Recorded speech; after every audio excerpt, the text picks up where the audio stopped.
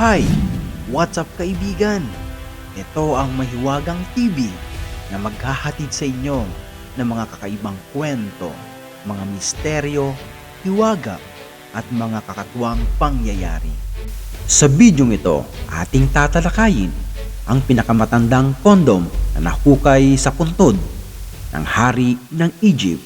Nang matuklasan noong 1922 ang puntod ni Tutankhamun o King Tut ng Egypt, namangha ang archaeologist na si Howard Carter sa dami ng pabaon na kasama ng kanyang bangkay.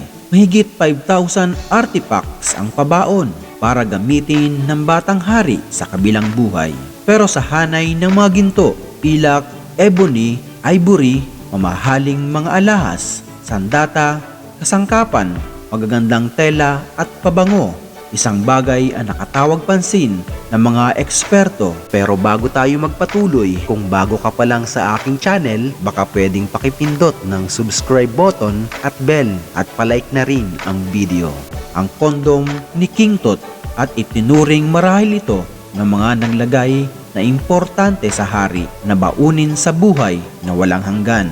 Si Tutankhamun ang pharaoh ng 18th dynasty ng Ancient Egypt. Naluklok siya sa trono noong 19 years old siya at pinamunuan ang Egypt hanggang sa kamatayan. Ang kanyang puntod na nilagyan ng mga archaeologists ng markang KV62, ang tanging himlayan ng mga parao.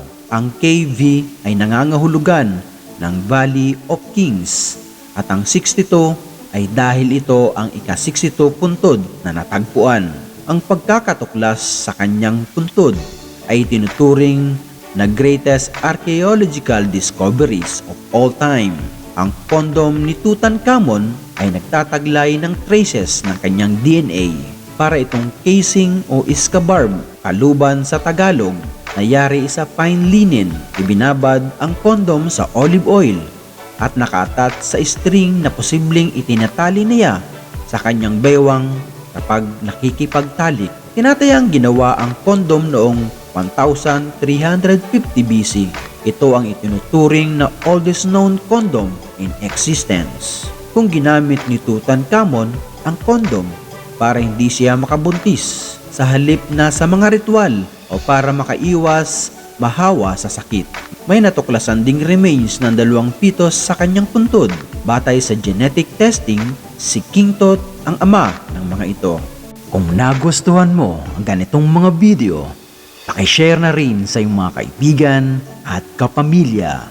Maraming salamat. God bless!